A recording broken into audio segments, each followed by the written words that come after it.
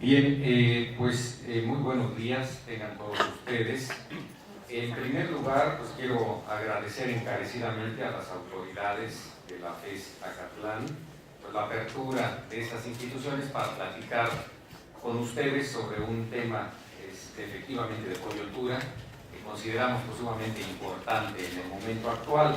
Agradecer pues encarecidamente pues, sus palabras al maestro Silvestre Cortés Guzmán, ¿verdad? También pues el apoyo del maestro Juan José Sanabria y por supuesto la participación en esta ocasión del maestro Francisco Javier Soriano López. También quiero de veras agradecer la presencia de todos ustedes, jóvenes universitarios. Para mí es muy grato verlos y tenerlos presentes en este auditorio. Y señalo esto porque hace rato lo platicábamos, los estudios demoscópicos, esos estudios que precisamente con base en sondeos de opinión analizan determinados temas, nos indican, insisto, no lo digo yo, lo dicen los estudios, nos indican que los jóvenes desafortunadamente cada vez les interesan menos los temas sociales y los temas políticos. Yo creo que, bueno, los jóvenes son críticos y quizá ven situaciones en la política, en el gobierno que no les gustan y esto probablemente, esto sí lo estoy especulando yo, no les satisface y eso genera pues una falta de participación. Pero verlos presentes ahorita, créanme que me llena de satisfacción, me llena de esperanza y esperamos que después de esta plática pues cambie su opinión y pueda yo generar un poco de motivación para esta necesaria participación de ustedes en los temas sociales y en los temas políticos. Quiero esta plática del día de hoy hacerla, diríamos, un poquito participativa. Tengo en el desarrollo de esta plática varias preguntas sencillas, son alrededor de 7 preguntas, donde pues yo quisiera en un ambiente de mucha de participación, en un ambiente de cordialidad, en un ambiente de respeto, que tuviéramos esta retroalimentación de ideas y quiero escuchar algunas opiniones de ustedes. Entonces sí vamos a formular algunas preguntas y bueno, pues buscamos la participación de ustedes. Además parto de una consideración, los jóvenes universitarios, quienes tenemos esta gran oportunidad, ¿verdad?, de los estudios superiores, pues carambas, estas actuales juventudes universitarias, pues son las clases dirigentes del futuro y no muy largo, de un futuro inmediato, ¿no? Ustedes pues precisamente van a ser los próximos profesionistas, los próximos empresarios, ¿por qué no?, los próximos líderes sociales, entonces son las clases dirigentes sin lugar a duda del futuro. Y algo que tenemos que siempre saber hacer es hablar, ¿verdad? Hablar en público, expresar nuestras ideas. Entonces sí, quiero señalar este contexto porque, bueno, busco esa participación en todas las universidades de las que he estado, pues he escuchado esta voz del joven universitario. Y quiero empezar precisamente la plática con una primera pregunta. Quiero preguntarles, para ti, y permítanme hacerlo en primera persona, para ti, ¿qué es la democracia? Y la vuelvo a preguntar, para ti, ¿qué es la democracia? Quiero que me la expliquen algunos de ustedes de manera sencilla, no con palabras técnicas. ¿Qué entendemos? ¿Cómo la concebimos? La democracia. Entonces, pues quisiera ver quién de ustedes se anima, un hombre, ¿verdad?, o una mujer, que nos pueda compartir a todos los presentes su respuesta a esta pregunta. ¿Quién dice? Adelante.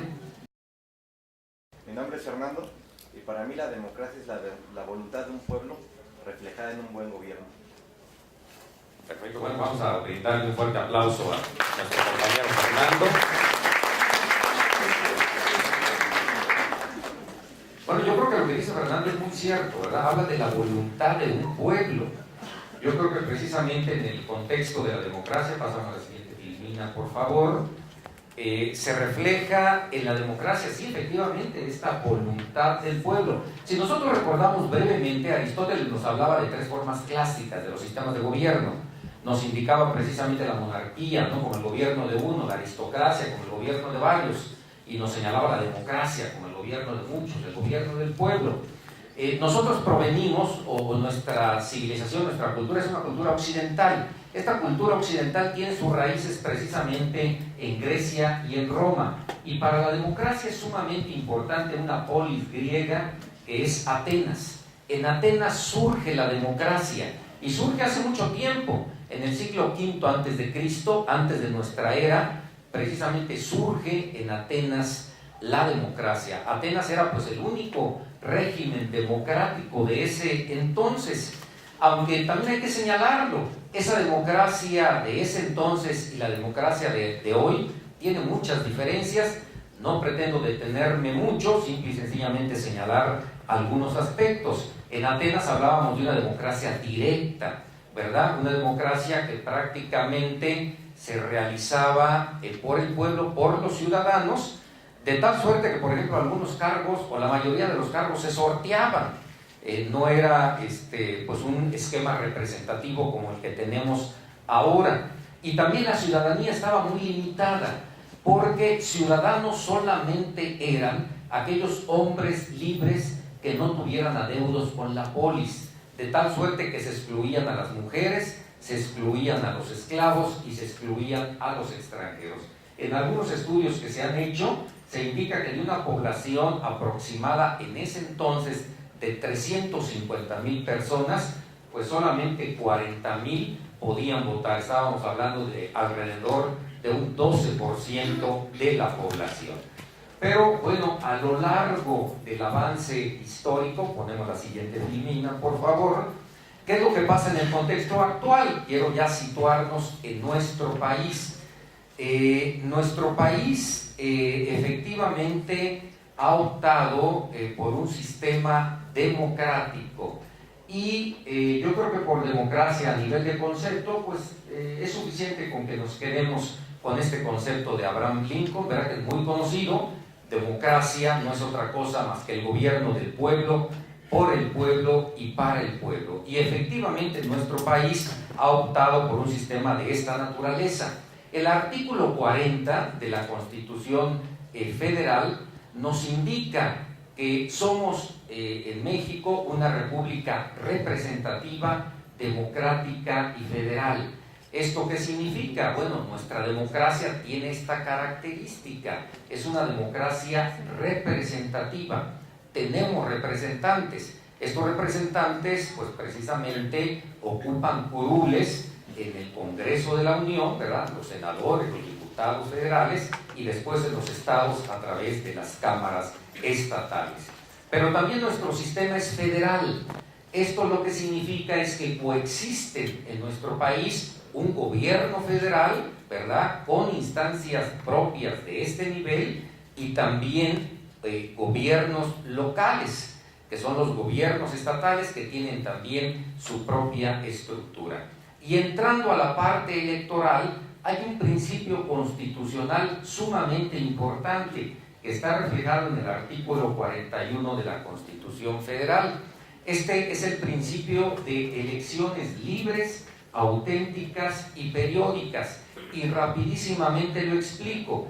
Cuando decimos elecciones libres, significa que los ciudadanos tenemos una oferta política de la cual podemos escoger, ¿verdad? Los partidos políticos pues nos presentan una serie de alternativas, y no es un solo partido político el que va a buscar el voto ciudadano, sino varios partidos políticos. Hay una oferta política en la cual podemos nosotros tomar esta decisión. Pero también las elecciones son auténticas. Esto lo que significa es que el voto ciudadano, ¿verdad?, el que externamos en las urnas, debe de estar después reflejado en los resultados electorales, derivado precisamente del escrutinio y cómputo de las elecciones. Pero también las elecciones son periódicas. Esto lo que significa es que, bueno, no vamos a votar una sola vez, sino que nuestro sistema jurídico nos permite una votación periódica. Y aquí quisiera ver, bueno, qué tan claro tenemos esto de la periodicidad de nuestras elecciones. Por ejemplo, votamos, o ustedes, los que apenas acaban de cumplir 18 años, tienen la oportunidad de empezar a votar.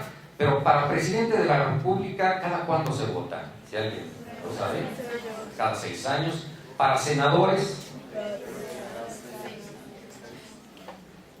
siempre me sucede en las universidades, ¿verdad? Hay mucha claridad cuando decimos presidente, 6, sin lugar a dudas, pero cuando entran senadores hay 3, 6 años. Bueno, no nos inquietemos. Lo que pasa es que sí hubo un momento en nuestro país en donde había renovación de la Cámara de Senadores intermedia y se daba 3 años, pero bueno, lo vigente es cada 6 años. A nivel de senadores, una sola vez, cada 6 años se renueva la Cámara de Senadores. Diputados federales, gobernador del estado,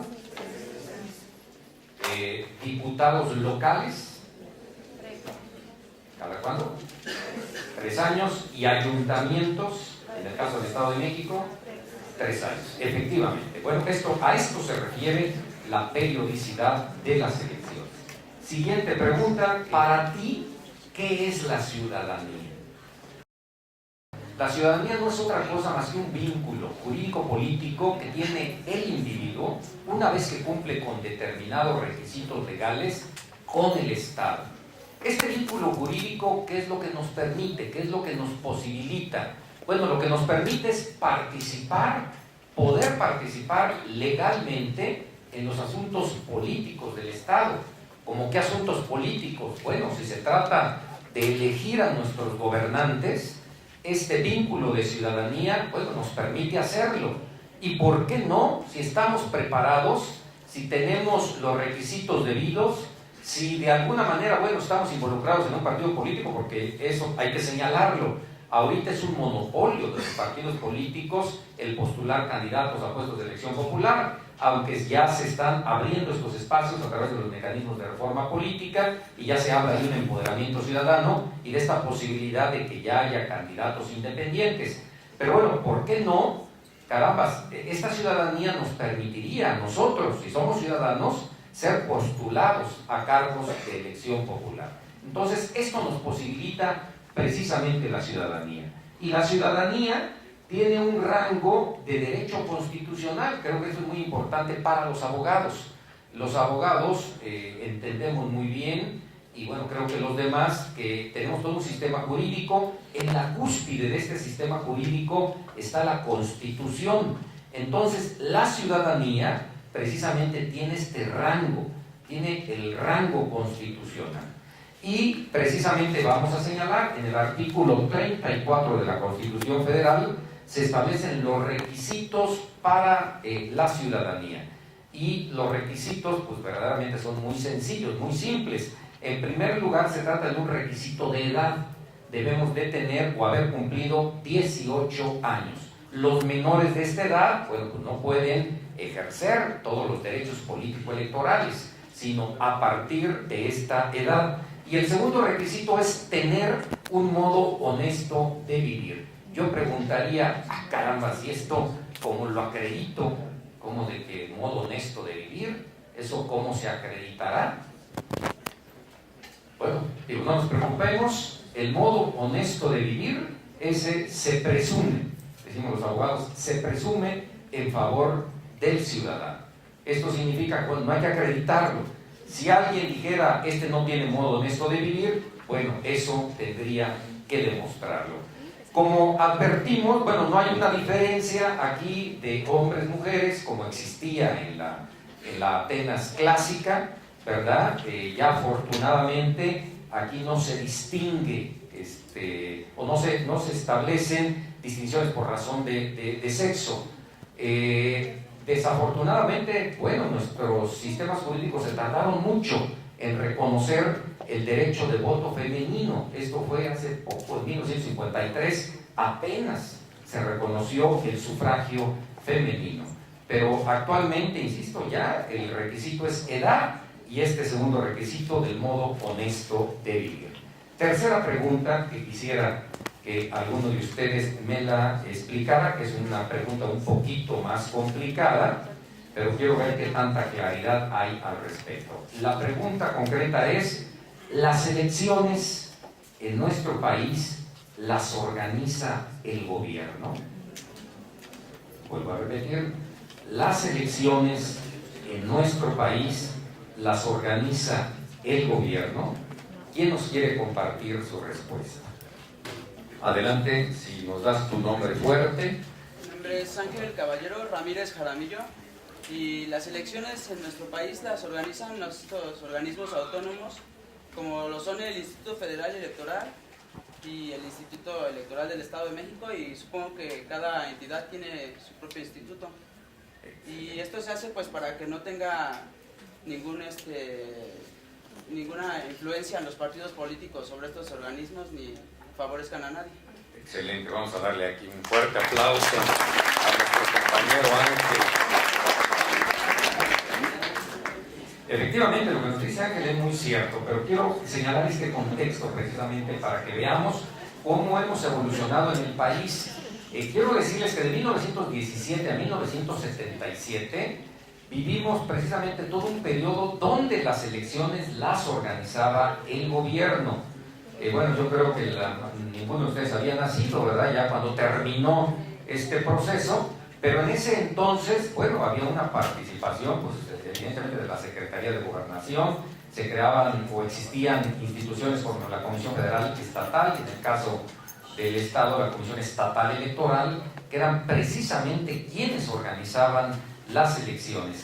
En esta etapa, decimos los abogados, bueno, había un principio de autocalificación de las elecciones o calificación política. ¿Esto qué significa?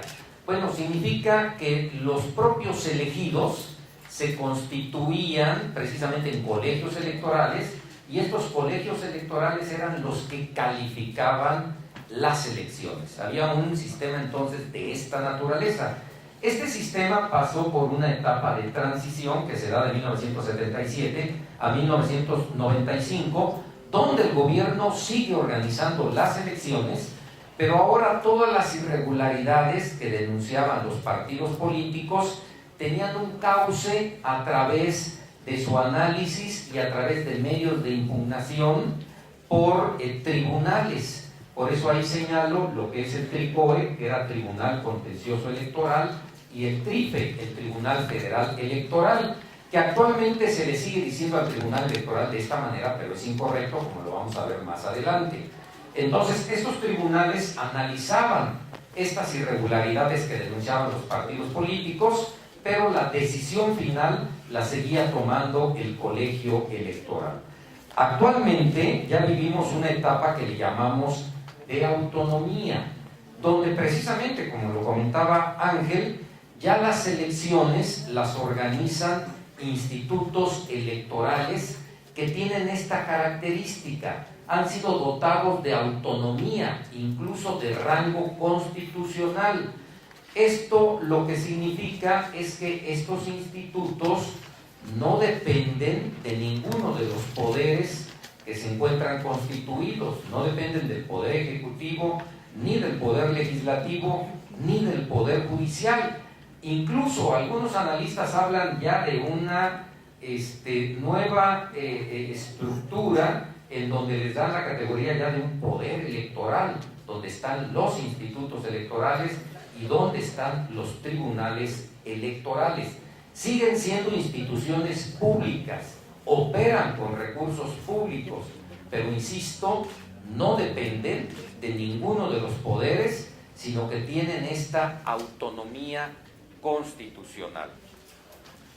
Bueno, y en este contexto existen, por ejemplo, a nivel federal, lo que es el Instituto Federal Electoral, que precisamente esta institución fue creada en 1990.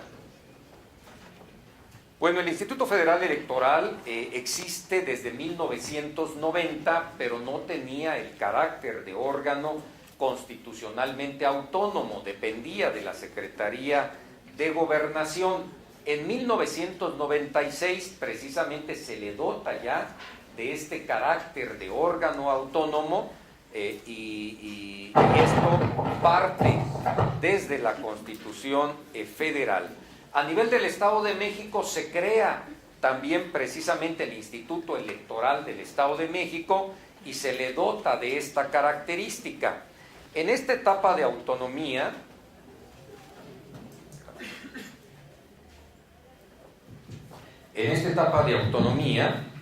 rige un principio que le llamamos de heterocalificación o calificación jurídica de las elecciones, de tal suerte que ahora las irregularidades que derivan de las elecciones, por ejemplo, si los partidos políticos demandan nulidad de una casilla o nulidad de boletas o nulidad de las elecciones, esto lo revisan, lo analizan los tribunales electorales y toman las decisiones. Los abogados decimos, bueno, de alguna manera se logró a través de este sistema someter la política al derecho. Hablamos, bueno, solamente del ámbito electoral. Y es el periodo donde han surgido los tribunales electorales. También tribunales electorales que a nivel estatal, algunos son autónomos y algunos otros están adscritos a los poderes judiciales estatales. En el caso del Estado de México es un tribunal autónomo. Y también a nivel federal, pues tenemos el importantísimo Tribunal Electoral del Poder Judicial de la Federación, que indebidamente los medios de comunicación lo manejan como TRIFE, pero ahora tiene esta denominación porque precisamente está adscrito al Poder Judicial de la Federación. Y cuando hablo del Poder Judicial de la Federación, y esta explicación es para los no abogados, bueno, no nos estamos refiriendo a PGR, de repente decimos, Poder Judicial, PGR, no. Poder Judicial de la Federación, identifiquémoslos, por ejemplo, el órgano máximo es Suprema Corte de Justicia de la Nación y ahí están tribunales federales. Insisto, pues lo explico para los no abogados. Siguiente pregunta. ¿Sabes cuál es la diferencia entre el IFE y el IEM? ¿Quién quisiera contestarnos? Adelante, el compañero, tu nombre, si eres tan amable, ¿no? Alejandro, y el IFE realiza las elecciones a nivel federal, que son nada más para presidente de la República, senadores y diputados federales. El Instituto Electoral del Estado de México se encarga de las elecciones de gobernadores, diputados locales y alcaldes. Excelente, muy bien, gracias Alejandro. Vamos a darle su aplauso a Alejandro. Con esta claridad que expresa Alejandro, yo preguntaría, el IEM, el Instituto Electoral del Estado de México, como organiza elecciones locales, estatales, ¿podría organizar las elecciones del Estado de Veracruz? ¿O lo podría hacer el IFE? No, ¿verdad? Evidentemente está definida claramente su competencia en las leyes. Efectivamente, cuando hablamos de institutos electorales, estamos hablando de institutos que tienen esta característica, autonomía constitucional, ¿verdad? Ya hemos evolucionado en este contexto y ahora tenemos órganos electorales ciudadanizados, ¿verdad? Y que tienen esta característica, esta independencia de los poderes establecidos. Y efectivamente, cuando hablamos del IFE, el IFE va a organizar solamente las elecciones federales, las importantísimas elecciones federales, como las que ya mencionaba Alejandro, presidente de la República, diputados federales, senadores, y en el caso del Instituto Electoral del Estado de México, solamente está capacitado legalmente para organizar las elecciones locales, gobernador del Estado, diputados locales y ayuntamientos de los 125 municipios. Precisamente en este año se organiza o estamos ya organizando estas elecciones para renovar al titular del Poder Ejecutivo Estatal. Y quiero señalar también, hablando de las elecciones que ha organizado el Instituto Electoral del Estado de México tiene 15 años organizando elecciones y tiene esta experiencia, la que ahí está indicada. Ya organizó 2 elecciones de gobernador en el 99 y en el 2005, 5 elecciones de ayuntamientos y diputados y también incluso 3 elecciones extraordinarias. Esto se da cuando hay empates, ¿verdad?, técnicos o derivados de la nulidad de elecciones. Bueno, hay necesidad de renovar o de volver a organizar elecciones, porque bueno, no se pueden quedar sin autoridades los diferentes niveles de gobierno que nos rigen. Siguiente pregunta, que ya está un poquito más complicada. ¿Sabes cuánto dura el proceso electoral? Obviamente hablamos del Estado de México y en qué consiste. ¿Alguien tendrá una idea más o menos precisa o alguna idea sobre esta pregunta? ¿Sabes cuánto dura el proceso electoral y en qué consiste? Quizás sea necesario explicar que cuando hablamos de proceso electoral, estamos hablando de que es este camino, ¿verdad?, que implica organizar las elecciones, organizar la competencia electoral y llegar a ese, diríamos, día D, que es donde los ciudadanos van a emitir su voto, ¿verdad? Es todo ese camino. Cuando hablamos, insisto, del proceso electoral, a eso nos estamos refiriendo.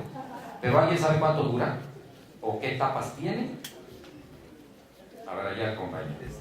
Bueno, por lo que recuerdo, esto empieza desde principios de septiembre, noviembre, donde se registran los consejeros distritales, los que van a participar a consejeros distritales. Durante la etapa de enero se organiza todo esto y a partir de eso salen las convocatorias para capacitadores electorales, a los que van a capacitar a los ciudadanos. Y toda esta etapa durante abril y mayo, que son preparados los capacitadores, se lleva a cabo. Después en mayo, junio, son esta parte de la repartición de los materiales electorales, y en julio el 3 de julio es la Excelente. la elección. Aplauso. Gracias, compañeros. Bueno, a ver, vamos a explicar varias cosas de manera breve. En primer lugar, quiero señalarles, porque a lo mejor uno pudiera pensarlo, que cuando se trata de organizar un proceso electoral, pues a ver cómo se las arregla el IFE y a ver cómo se las arreglan los institutos electorales. Bueno, esto quiero destacarlo, y también más para los no abogados. Las autoridades estamos regidos por un principio de legalidad y también vivimos en un Estado de Derecho. Esto significa que, bueno, ya está prácticamente establecido en nuestras leyes todo lo relativo a la organización y funcionamiento de las instituciones que integran el Estado. Precisamente esto rige al proceso electoral. No vamos a inventar el proceso electoral, sino que este proceso electoral está ya regulado en las leyes electorales. Y precisamente las leyes electorales, en el caso del Estado de México, el Código Electoral nos establece 3 etapas hablando del proceso para gobernador del Estado. Y son las aquí referidas: preparación de la elección, la jornada electoral y la etapa de resultados y declaración de validez de la elección. Y vamos a explicar rápidamente cada una de ellas. Bueno, el proceso electoral lo indica el Código Electoral, va a empezar, o ya empezó, el día 2 de enero, que curiosamente cayó el domingo. Aquí no hay posibilidad de elegir el día de la semana, sino que el Código dice que iniciará el 2 de enero del año del proceso electoral. Entonces cayó el domingo y ni modo, pues hubo que sesionar el Instituto Electoral ese día. Entonces formalmente ya inició. Si hablamos del 2 de enero al 3 de julio, que es el día de la jornada electoral, pues estamos hablando de duración, hablando de preparación y jornada electoral de 6 meses aproximadamente. Y metiéndonos a la etapa de preparación de la elección, yo lo que les explico es que tenemos que entender que prácticamente hay 2 vertientes en esta etapa de preparación de la elección. Por un lado está la vertiente de la organización de las estructuras electorales.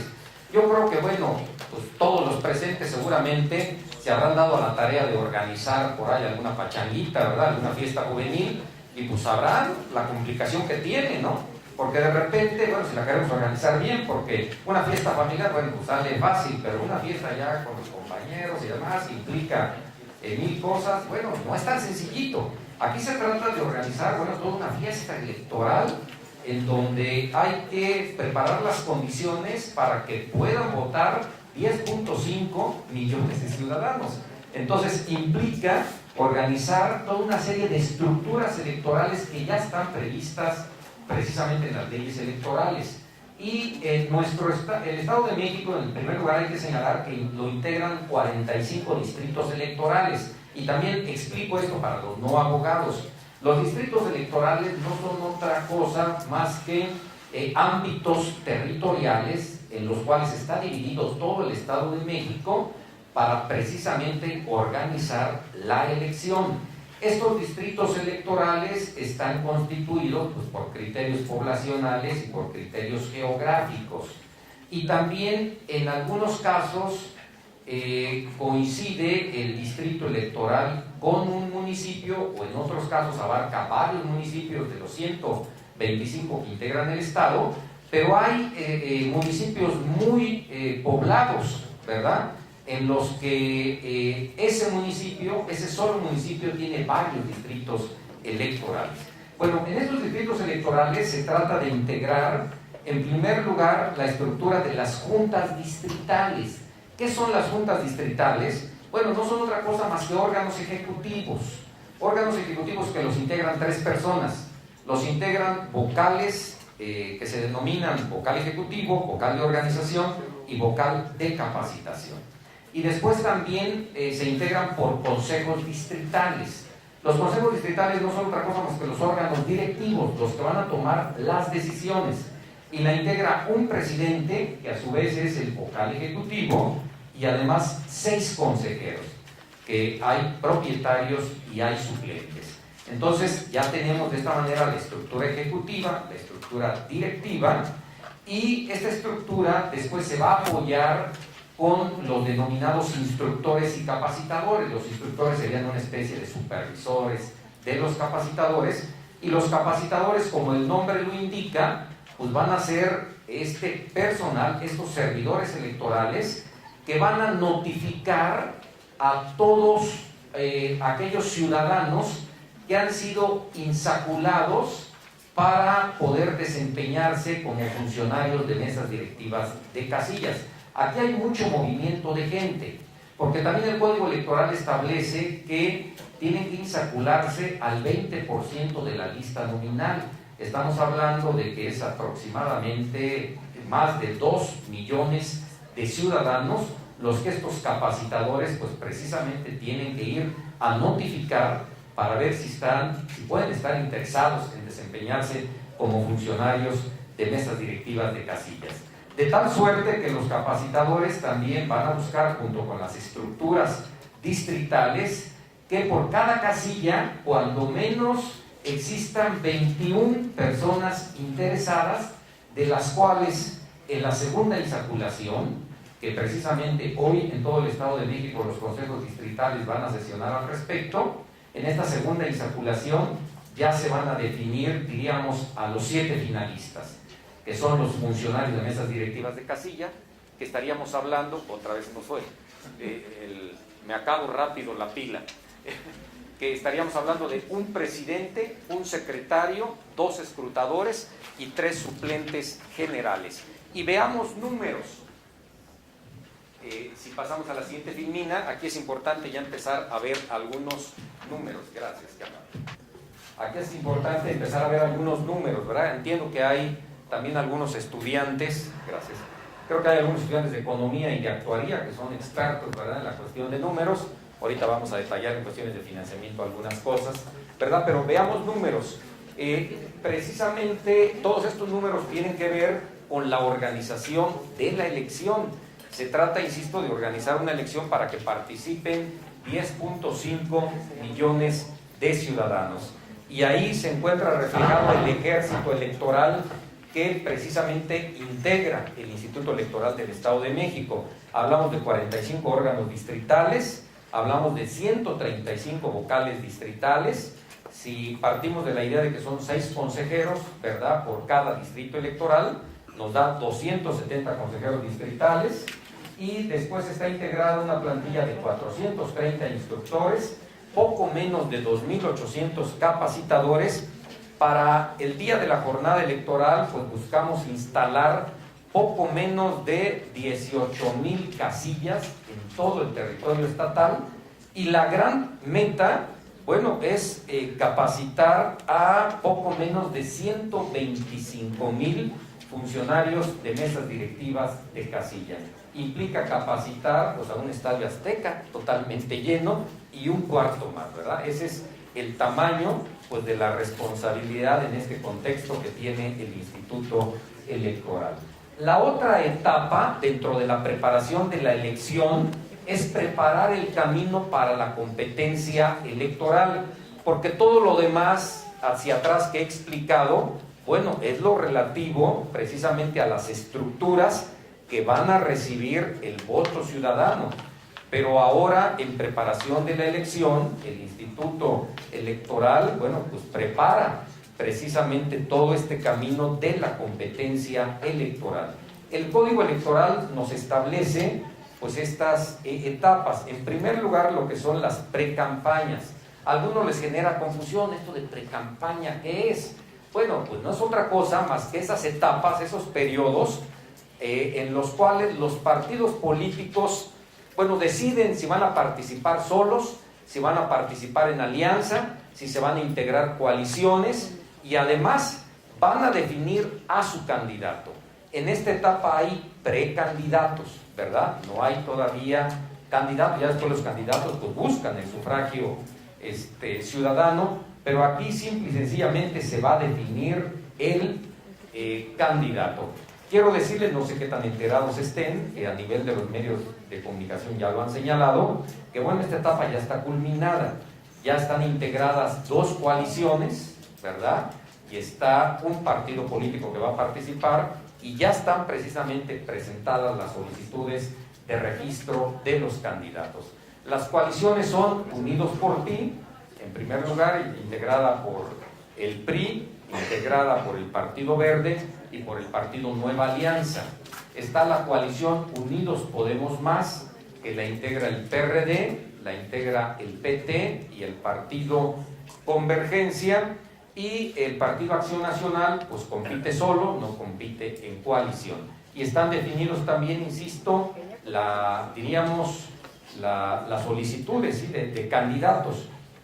El candidato de la coalición Unidos por Ti es Erubiel Ávila Villegas, el candidato de Unidos Podemos Más es Alejandro Encinas y el candidato del Partido Acción Nacional es Luis Felipe Bravo. Entonces, esta etapa está pues prácticamente concluida. La siguiente etapa, que está prácticamente a punto de empezar, es la etapa de la campaña electoral. Quiero decirles que el día domingo sesiona el Instituto Electoral para resolver lo relativo al registro de candidatos. Los candidatos presentaron su documentación, pero ahora el Instituto Electoral tiene que revisar escrupulosamente esa documentación para determinar si los candidatos reúnen los requisitos constitucionales y legales. De tal suerte que ya la próxima semana inician las campañas electorales. Las campañas electorales son 45 días, solamente van del 16 de mayo al 29 de junio y pues esta es la etapa en la cual los candidatos, pues ahora sí, van a buscar el voto ciudadano, ¿verdad?, para ocupar este importante cargo de elección popular. Y es la etapa donde, bueno, difunden su plataforma electoral. La plataforma electoral no es otra cosa más que el programa de gobierno, lo que están ofreciendo a la ciudadanía en el caso de que resulten agraciados con este voto popular. También es la etapa donde pueden realizarse debates públicos de los candidatos. El Instituto Electoral ya está preparando estos debates públicos temáticos, pero esa es una alternativa de los partidos políticos. Ellos son los que van a determinar si aceptan o no participar en estos debates públicos. También quiero señalarles que a partir del día 16 de mayo y al día 3 de julio, los gobiernos federal, estatal y municipales deben de suspender la propaganda gubernamental para no influir precisamente de manera inequitativa en este periodo electoral.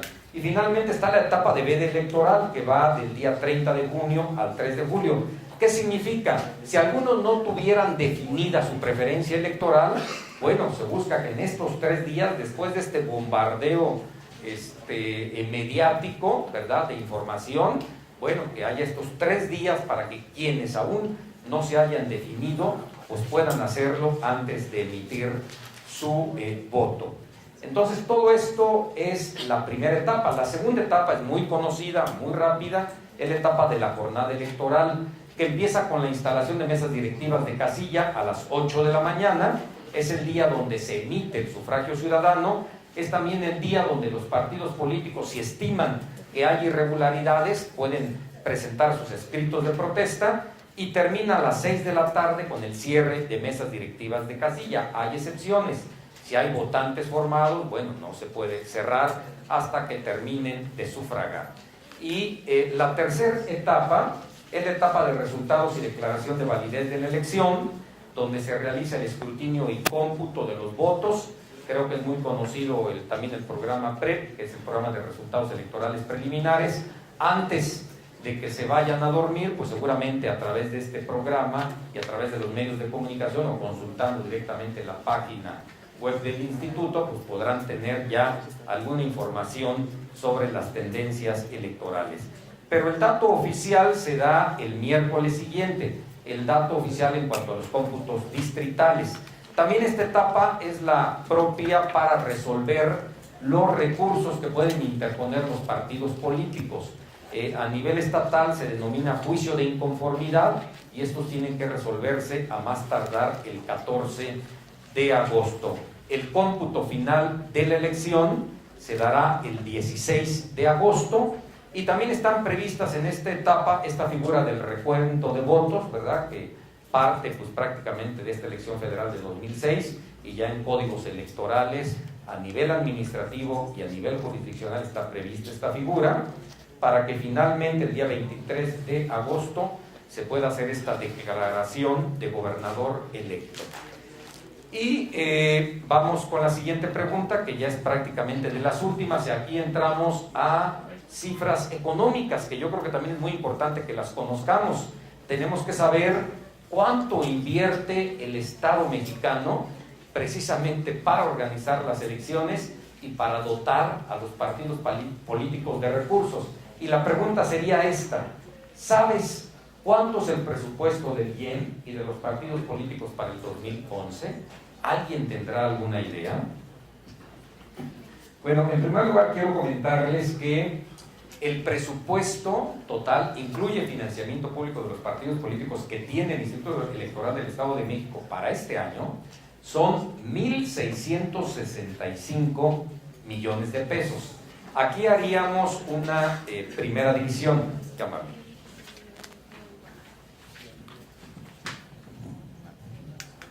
Aquí haríamos una primera división. En primer lugar, bueno, hay que dividir lo que tiene propiamente para la organización de las elecciones del Instituto Electoral. Son poquito más de 950 millones de pesos, poco menos de 1,000 millones de pesos. La otra cantidad importante, y ahorita le explicamos rápidamente para los economistas y para los actuarios, soy abogado pero quiero entenderle un poquito los números, ahorita lo explicamos rápido, son poco menos de 700 millones de pesos. Y esta diferencia que queda para los 1,665 millones lo integran 10,250,000 pesos, que es lo que le paga el Instituto Electoral al IFE por una serie de servicios que le prestan. Por ejemplo, no tenemos en el estado ni en otros estados un padrón electoral propio, entonces se utiliza el padrón electoral, la lista nominal, que precisamente son insumos que tiene el Instituto Electoral, y además, bueno, le presta servicios colaterales. Tiene un centro nacional de impresión, entonces imagínense notificar a más de 2 millones de personas, bueno, pues implica toda una estructura muy importante. Entonces este servicio lo presta el Instituto Federal y por eso se paga esta cantidad. Pero vamos a ver cómo está conformado el financiamiento de los partidos políticos. También lo primero que hay que señalar es que estas cantidades no son así como que discrecionales y pues a ver cuánto hay que darle a cada partido político, lo que se nos ocurra. No, también hay reglas claras establecidas en la ley. Lo primero que quiero establecer es que Los partidos políticos, bueno, hace mucho tiempo se discutió ese tema y se advirtió que era muy importante que contaran con financiamiento público. Y este financiamiento público, ¿cómo se conforma? Bueno, hay fórmulas que establece el Código Electoral al respecto. En primer lugar, bueno, se integra una gran bolsa, y esta bolsa, ¿cómo se conforma?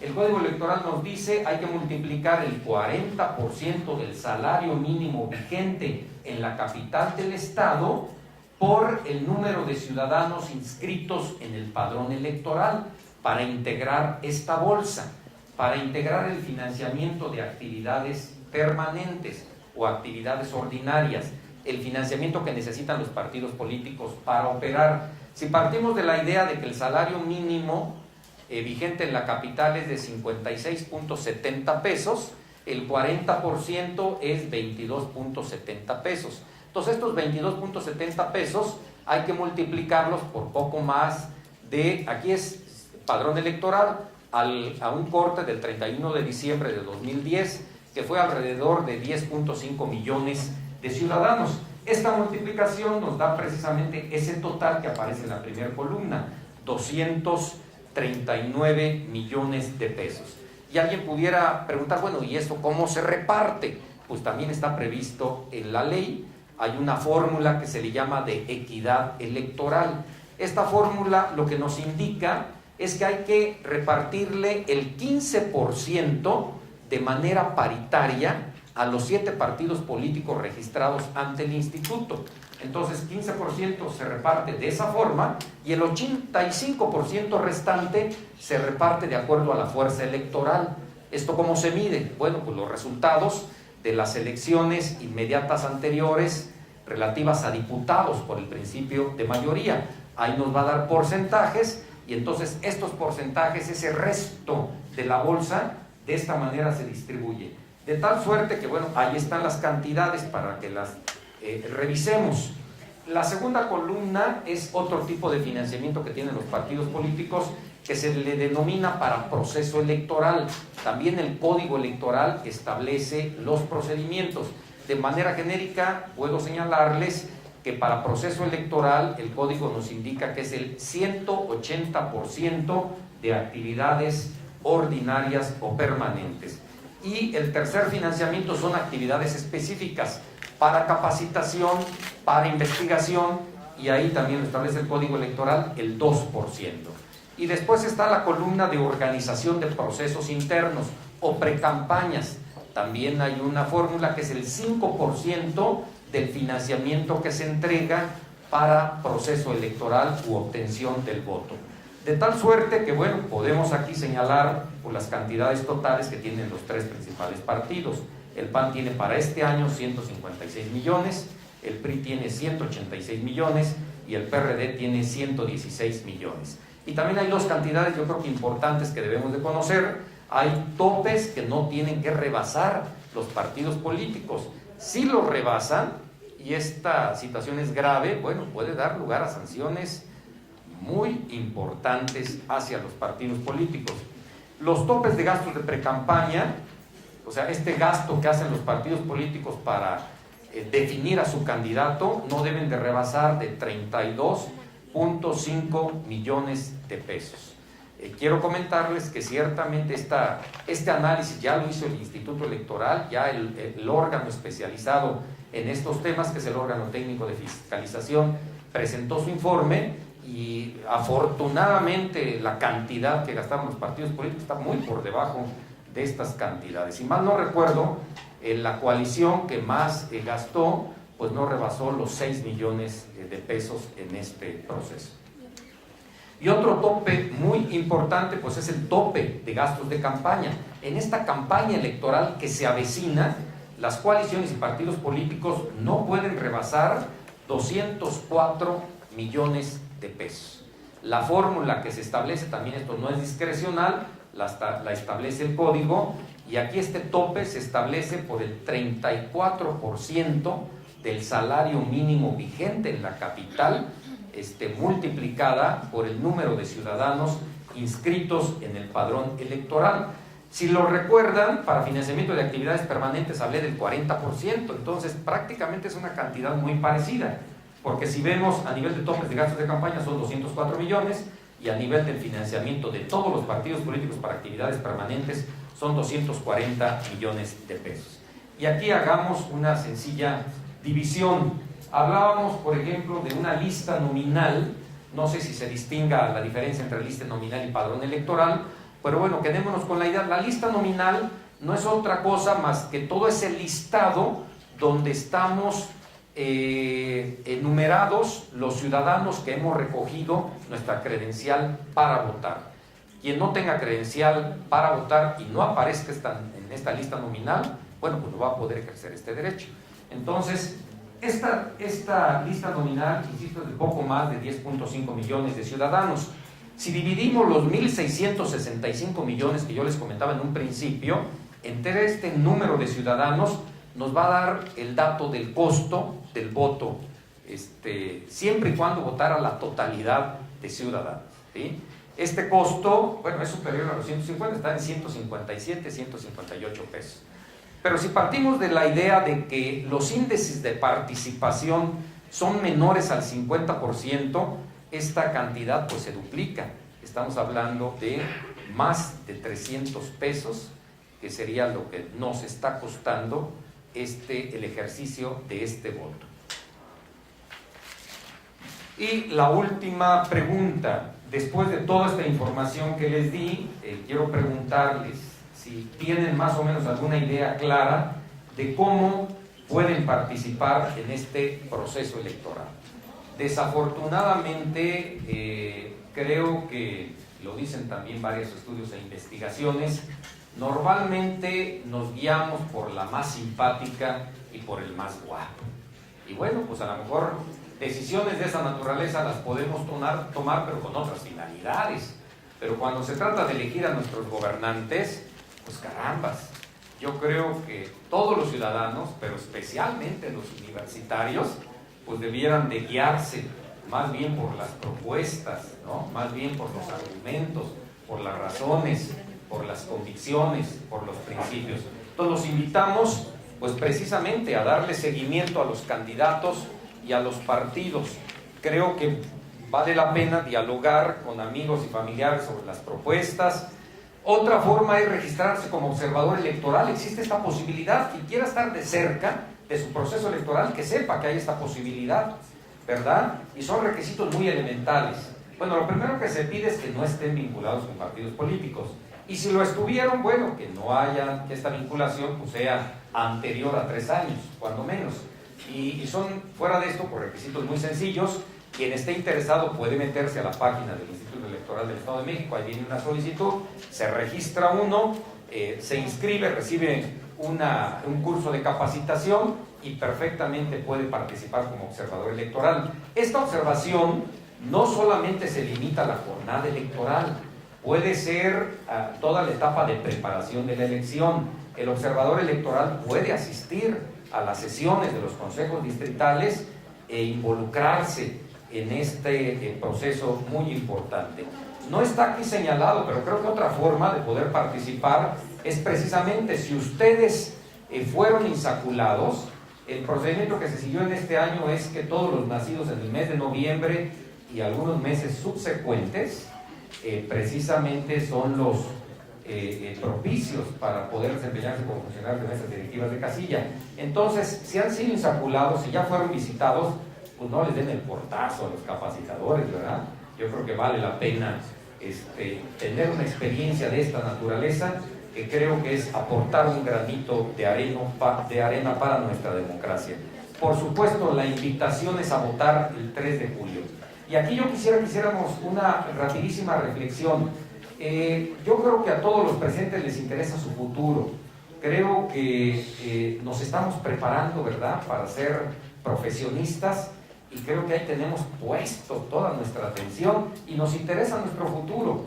Yo creo que si no nos preocupamos por la elección de nuestros gobernantes, bueno, no nos estamos preocupando por nuestro futuro, porque de nuestros gobernantes, no lo olvidemos, depende el entorno económico, el entorno político, el entorno social.